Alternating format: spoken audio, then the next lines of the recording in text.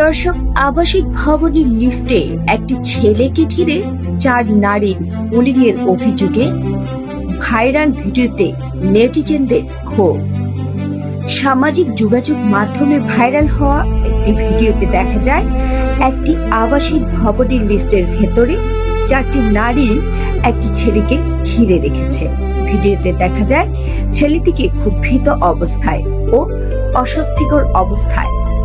দেখা যায় ছেলেটিকে তারা মানসিক চাপ দিচ্ছে, হয়রানি করছে।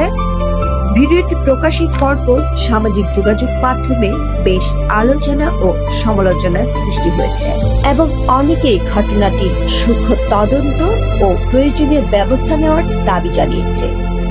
দর্শক, আমার কিন্তু ব্যক্তিগতভাবে যেটা মনে হচ্ছে সেটা হলো ভাইরাল হওয়ার জন্য এরা কোনো নাটক করে ভিডিও বানাচ্ছে। আবার মনে হচ্ছে খুব সম্ভবত এরা নেশাগ্রস্ত, আবার মনে হচ্ছে কোনো মানসিক রোগী হতে পারে।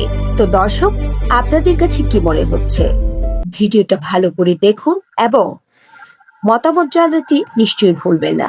ও হ্যাঁ, যদি ফেসবুক থেকে দেখে থাকেন তাহলে ফলো দিতে ভুলবেন না। আর যারা ইউটিউব চ্যানেল থেকে দেখছেন তারা অবশ্যই চ্যানেলটিকে সাবস্ক্রাইব করুন আর নতুন নতুন ভিডিও পেতে হলে চ্যানেলটির সাথেই থাকুন।